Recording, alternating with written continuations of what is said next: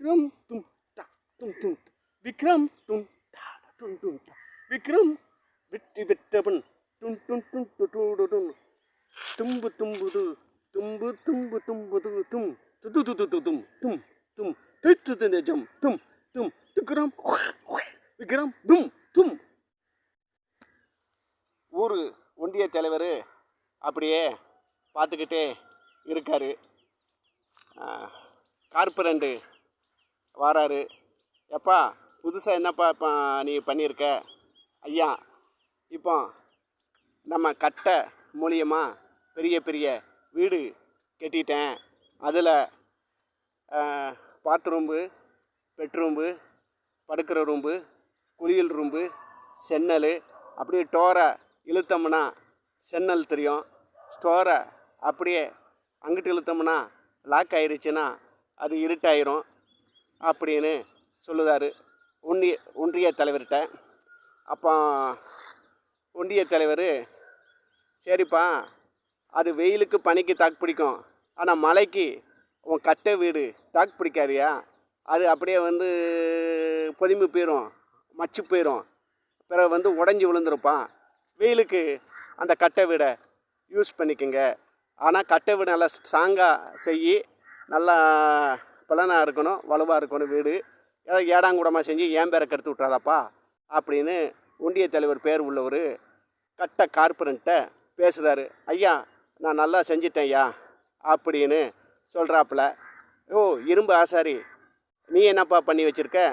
ஐயா, சோத்துச்சட்டி, குழம்பு சட்டி, கண்ணாப்பை, அன்னக்கரண்டி, சோத்துக்கரண்டி, சல்லாடை, இப்படி சில்வர் ஐட்டத்தில் நல்லா செஞ்சுருக்கேன். நல்லா மாடலிங்காக, நல்லா ஷோவாக, பார்க்க ரொம்ப அழகா அந்த சில்வர் கிளீட்டை நல்லா சில்வர் மூலியமாக பளபளன்னு போட்டு எல்லா மக்களையும் அது கவர் பண்ணுது. அதை கொண்டுட்டு போய் நல்லா சமைச்சு சாப்பிட்றாங்க. சமையல் சீக்கிரமாக ரெடி ஆயிடுது. அதனால் நல்லா டேஸ்ட்டாக இருக்குன்னு ஊர்க்காரங்க சொல்கிறாங்க. ஆனால் அடுத்து நான் இரும்பு வீடு கட்ட ஆரம்பிச்சிட்டேன். அப்படியே லாக் பண்ண உடனே எல்லாம் மூடிடுது. அப்படியே லாக்கு திறந்த உடனே அந்த வீடு சென்னல் ஓப்பனாக ஆகிடுது. அந்த அளவுக்கு ஸ்ட்ராங்காக வலுவாக இரும்பு வீடு நான் கட்டியிருக்கையா, ரொம்ப சந்தோஷம். எப்பா, பெரிய குடோன் மாதிரி இரும்பு வீடு கட்டி நம்ம ஊருக்காரங்க எல்லாருமே அதில் தங்க வைக்கிற மாதிரி நல்ல பலனாக வலுவாக ஸ்ட்ராங்காக இரும்பு வீடை கெட்டுங்கய்யா.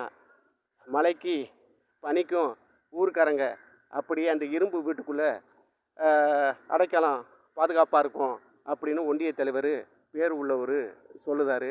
சரி சரி ரைட்டு, அப்படியே செஞ்சிருந்தேன் ஐயா அப்படின்னு சொல்கிறாப்புல. ஏற்கனவே தென்னங்குடிசை, ஓலை குடிசை, பச்சை ஓலை குடிசை, மூங்கில் கொம்பு, பச்சை மூங்கில் கொம்பு வீடு, இப்படி நிறையா கட்டியிருக்கோம். அதெல்லாம் பனிக்கு மழைக்கு தாங்காது. இந்த கட்டை வீடும் பனிக்கு மழைக்கு தாங்காது. நீ இரும்புனால் சம்மந்தப்பட்ட ஸ்ட்ராங்கு இரும்பை போட்டு அந்த வீடை பலனா வலுவாக கட்டி கொடுப்பா, அதுக்கு நான் உத்தரவாதம் கொடுக்குறேன். ஆனால் நீ உன் கட்டுறதுக்கு நீ உத்தரவாதம் கொடுக்கணும். ஸ்ட்ராங்காக இருக்கணும், வலுவாக இருக்கணும், பலனாக இருக்கணும், நல்ல கனமான இரும்பை போட்டு நல்லா கெட்டு ஊர்க்காரங்க பாதுகாப்பாக சேஃப்டியாக உள்ளே இருக்கணும் அப்படின்னு ஒன்றிய தலைவர் பேர் உள்ளவர் சொல்லிக்கிட்டு இருக்காரு. சரியா, அப்படியே நான் செய்கிறேன் அப்படின்னு சொல்கிறாப்புல. 200 சித்த வைத்திய டாக்டரு வந்திருக்காங்க. ஐயா, ஒரு லூஸு வைத்தியத்தை நாங்கள் குணப்படுத்திட்டோம். ஆனால் இந்த ஊரில் உங்களுக்கே தெரியாமல் ஒரு தப்பு நடந்திருக்கு. அது என்னப்பா நடந்துச்சு? அவன் அந்த லூஸு பொம்பளை சோக்கு உள்ளவனாக இருக்கான், பொம்பளை பைத்தியம் உள்ளவனாக இருக்கான். அதனால் அவன் ஏற்கனவே நம்ம ஊரில் கெடுதல் பண்ணியிருக்கான். அவனால் கற்பு சூறையாடி பொம்பளையால் நிறையா பொம்பளையாக நம்ம ஊரில் பாதிக்கப்பட்டிருக்கு. அதில் நம்ம ஊருக்காரங்க அதை மறைச்சிட்டாங்க உங்களுக்கே தெரியாமல். இப்போ அந்த லூஸை குணமாக ஆக்கினோம்னா நம்ம ஊருக்கு இடைஞ்சல் ஆயிரும், பொம்பளை பிள்ளைக்கு இடைஞ்சல் ஆயிரும், நம்மளுடைய கலாச்சாரத்துக்கு அவன் இடைஞ்சலாக இருப்பான். அதனால் அவனை கொன்றுவோம் அப்படின்னு 200 சித்த வைத்திய டாக்டரு சொல்கிறாங்க. எப்பா, ஒரு உசுரை கொல்றது அது பாவம். அது நீங்கள் டாக்டருங்க, நீங்கள் அந்த வேலையை செய்யக்கூடாது. ஒரு தடவை அந்த லூஸை குணப்படுத்துங்க அது என்ன தான் செய்யுதுன்ட்டு பார்ப்போம்.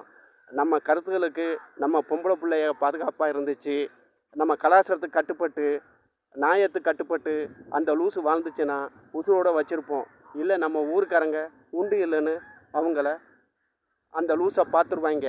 ஒரு சந்தர்ப்பம் நம்ம ஊருக்காரங்க புண்ணியத்தில் கொடுத்து பார்ப்போம். அதனால் அந்த லூஸை நீங்கள் ரெடி பண்ணி கொடுங்க அப்படின்னு ஒன்றிய தலைவர் பேர் உள்ளவர் சொல்கிறாருங்க. 200 சித்த டாக்டரு சரிங்கன்ட்டு சொல்கிறாங்க. இதெல்லாம் நான் எல்லாத்துக்கும் தானியம் கொடுத்து இந்த ஊரை ஸ்டடி பண்ணி சரி பண்ணி இப்போ தான் பஞ்சத்தை போக்கி எல்லாமே என் கண்ட்ரோல் தான். ஒன்றிய தலைவர் பேர் உள்ளவர் ஊருக்காரங்களா ஒருத்தரா எல்லா மத தெய்வம் அவரோடு செயல்பட போய் எல்லா வேலையும் ஒண்டியா நான் ஒருத்தந்தான் இழுத்து பார்த்து செஞ்சுக்கிட்டு இருக்கேன். இந்த ஊரோடைய வளர்ச்சியும் இந்த ஊருக்கு உற்பத்தி ஆவதும் இந்த ஊருக்கு தேவைப்பட்ட கொடுக்கறது எல்லாம் எனக்கு தான் சொந்தமாகும்ன்ட்டு ஒன்றிய தலைவர் பேர் உள்ளவர் பேசிக்கிட்டு இருக்காரு. இது எல்லா அருளால் எல்லா மத தெய்வத்தோட இந்த புண்ணிய வேலை எனக்கு செயல்பட்டுக்கிட்டு இருக்கு. இன்னும் செயலாகவும் என் லைஃப் முடியும் தண்டியும் இந்த ஒன்றிய பொது சேவை செயல்பட்டுக்கிட்டே இருக்கும் அப்படின்னு ஒன்றிய தலைவர் பேர் உள்ளவர் பேசிக்கிட்டு இருக்காரு. இன்னும் எவ்வளவோ விதிமுறைகள் இருக்குது, எவ்வளவோ சட்ட திருத்தங்கள் இருக்குது, எவ்வளவோ நல்ல கொள்கை இருக்குது அப்படின்னு ஒன்றிய தலைவர் ஊர்க்காரங்க மத்தியில் பேசிக்கிட்டு இருக்காரு. அப்போ ஊர்க்காரன் ஒருத்தன் சொல்கிறான், ஐயா எப்படியா புதுசாக திணிச்சா இப்படி அருமையான திட்டம்லாம் உதயமாகிக்கிட்டு இருக்கியா? படித்தவங்களுக்கு கூட இப்படி உதயமாகலை, ஆனால் உங்களுக்கு மட்டும் நல்ல திட்டம், ஐடியா, பிளானு எல்லா திட்டங்களும் வலுவாக இருக்கணும், பிளானாக இருக்கணும், தைரியமாக சனங்க இருக்கணும். அதனால் ரொம்ப பொக்கிஷன் மாதிரி இருக்குன்ட்டு நீங்கள் நினைக்கிறீங்க. அந்த அளவுக்கு ஸ்ட்ராங்காக இருக்குன்ட்டு நீங்கள் நினைக்கிறீங்க.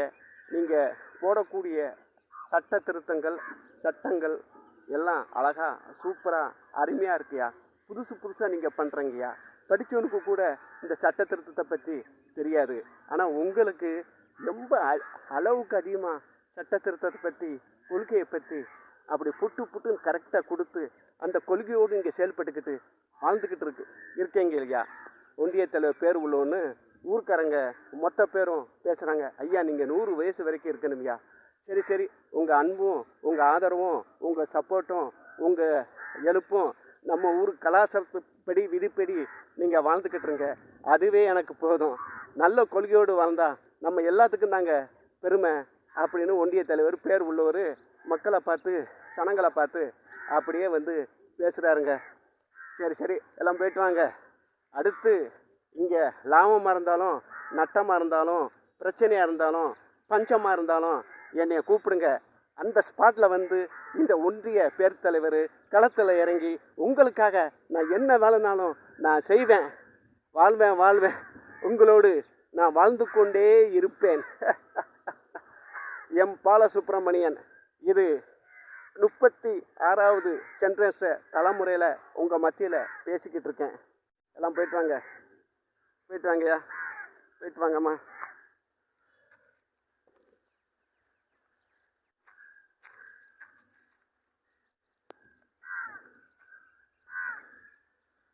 வணக்கம், போயிட்டு வாங்கய்யா, போயிட்டு வாங்கம்மா.